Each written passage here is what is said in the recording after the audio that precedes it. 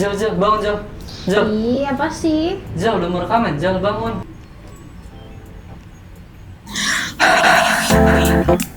Hai semuanya, welcome back to Nursing Talk Inspiration. Di episode ke-6 kali ini, aku, Angel Rianti Simanjuntak, sebagai moderator, akan menemani kalian dari awal sampai akhir. Dan tentunya dengan topik yang pasti seru abis, yaitu topik tentang tidur. Tentu saja seperti biasa, aku nggak akan sendiri nih, karena di samping aku, kanan dan kiri aku, udah ada dua narasumber dari mahasiswa dan mahasiswi Universitas Advent Indonesia. Sekarang kita perkenalkan dulu satu-satu, mulai dari teman kita yang sebelah kiri. Perkenalkan, nama aku lulusan dari Adrian, tingkat 1 keperawatan.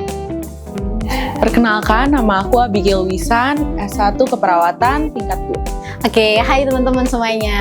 Jadi, hari ini kita akan sama-sama ngebahas nih tentang tidur. Mulai dari pola tidur yang baik tuh kayak gimana, kita tuh butuh tidur tuh berapa lama, semuanya akan kita bahas di video kali ini. Jadi, jangan kemana-mana, tetap stay tune. Kita akan masuk ke topik yang pertama. Teman-teman, mungkin banyak orang yang nganggap sepele tentang tidur nih, tapi aku pengen tahu nih, tidur itu apa sih sebenarnya? Nah, jadi Kak, tidur itu adalah keadaan istirahat fisik dan mental yang ditandai dengan penurunan kesadaran, penurunan respon terhadap rangsangan, dan perubahan fisiologis tertentu. Dan juga Kak, tidur ini adalah salah satu kebutuhan biologis yang penting bagi manusia loh. Oh, emang tidur itu paling penting banget Iya, penting banget, Kak. Jadi tubuh kita tuh pasti ngebutuhin tidur. Sangat. Nah, terus kalau misalkan kita kebanyakan tidur atau kelebihan, jadi kebanyakan tidur tapi juga kekurangan tidur itu baik gak sih? Jadi sebenarnya tubuh kita tuh butuh berapa jam sih untuk kita khususnya mahasiswa nih ya?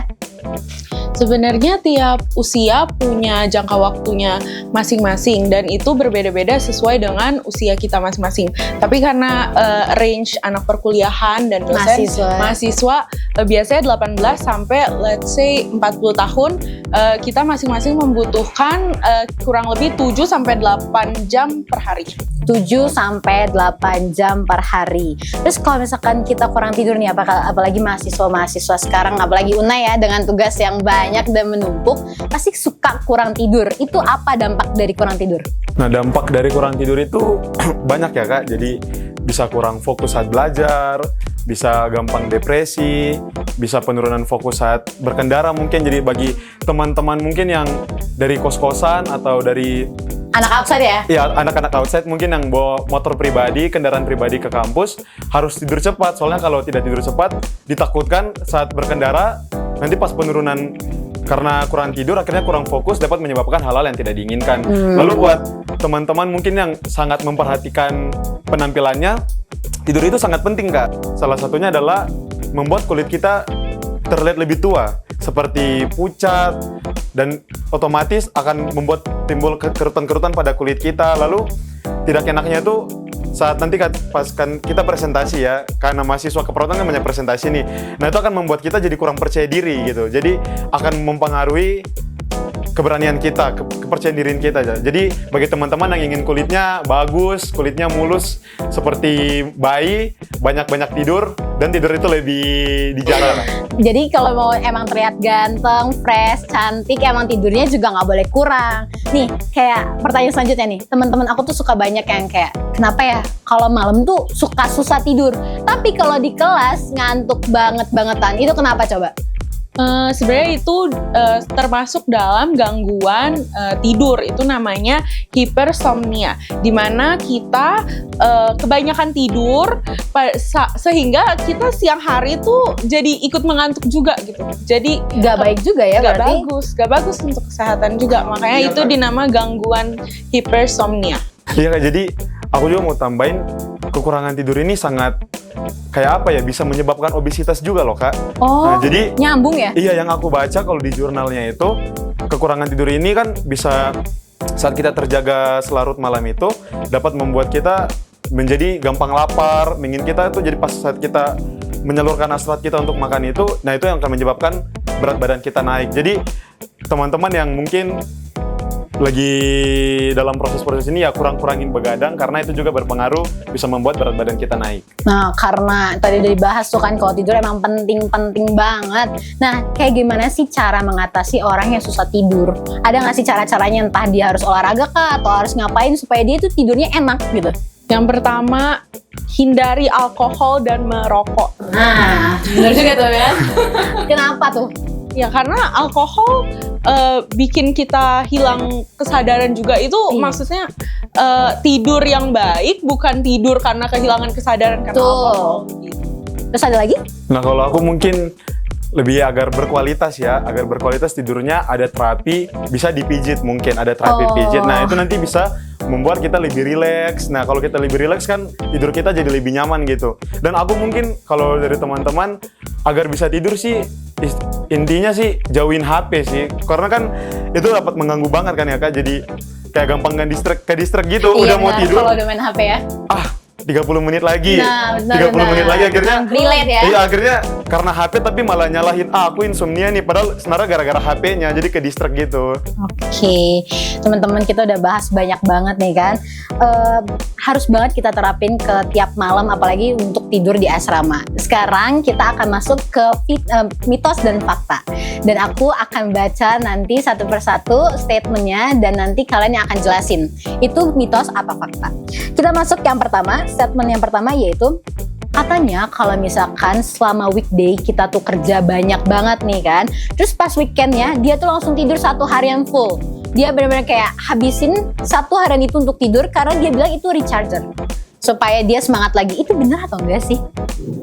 Itu mitos ya teman-teman, karena sebenarnya tidur di waktu weekend itu sedikit membantu kekurangan tidur kita gitu. Tapi itu nggak sepenuhnya, karena tidur yang baik itu tidur yang kita lakukan selama sehari gitu, kayak 7 jam sampai 8 jam kayak gitu, bukan langsung tiba-tiba seminggu weekend itu nggak bangun sama sekali, nggak beraktivitas. Itu enggak. Lebih Itu baik ya. salah berarti ya kan. Jadi enggak ada tuh yang namanya kemarin udah capek nih, jadi gue pengen tidur Balas satu dendam hari. katanya. Ya enggak ada. Balas dendam.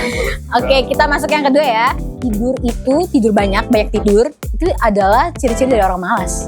Kalau menurut aku lagi ya, ini ke aku lagi ya. Ini menurut aku mitos lagi, karena kita nih ya kayak perawat, ada shift-shiftannya juga kan, ada Iya. shift malam. Belum tentu kita shift malam berarti kita malas kerja. Itu kita lagi bekerja pada malam hari itu. Jadi mungkin bisa diganti waktu tidurnya di pagi harinya. Jadi mitos, bukan berarti kita tidur malam itu kita dibilangnya apa Jadi ya? malas. Jadi malas. Sama kan juga ada beberapa orang yang lebih aktifnya itu malam ya kan Kak. Iya. Jadi disesuaikan sama kebutuhannya lah.